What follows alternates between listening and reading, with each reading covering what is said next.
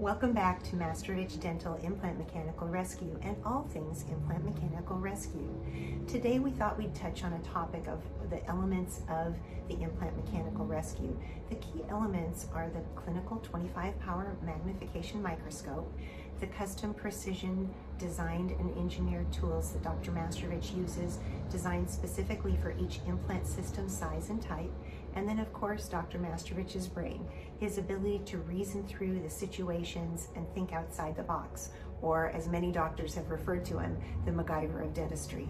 The clinical 25 power magnification microscope is very critical to this because from the very first of the over 1,400 cases that Dr. Mastrovich has retrieved was utilizing the 25 power microscope because he reasoned that it's important to see and work in real time down inside the implant while protecting and preserving the internal threads of the implant.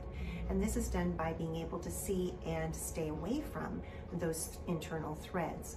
So back with the very first case when different implant reps as well as oral surgeons and periodontists had asked him almost the same question in 2008.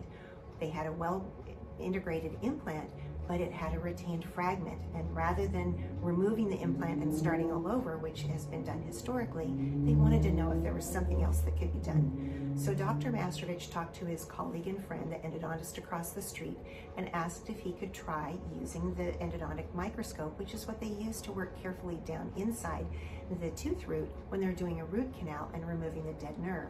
So from the very first, Dr. Mastrovich could see and work in real time inside the implant. And that's critical, especially when patients have asked, well, is there somebody closer to them to go to? Has Dr. Mastrovich trained someone? The first thing to ask is, does that office have a clinical microscope? Because we've seen many well-intentioned efforts, and without that visualization, they've unintentionally complicated the case and damaged or dinged the threads or made it much more difficult than it had to be. So then the other element is the custom precision tools. And when Dr. Mastrovich could see at that level of magnification, he could see that also those few companies that had a tool or a kit, they weren't precision enough to not be sliding around inside the implant. And again, he did not want those threads damaged on his watch. So he bought the different components, the implant parts, the analogs, reverse engineered, and then designed and machined in his micro machine shop his own tools and instruments and guides for each system he's worked with. So it's pretty intricate, pretty detailed, but very successful.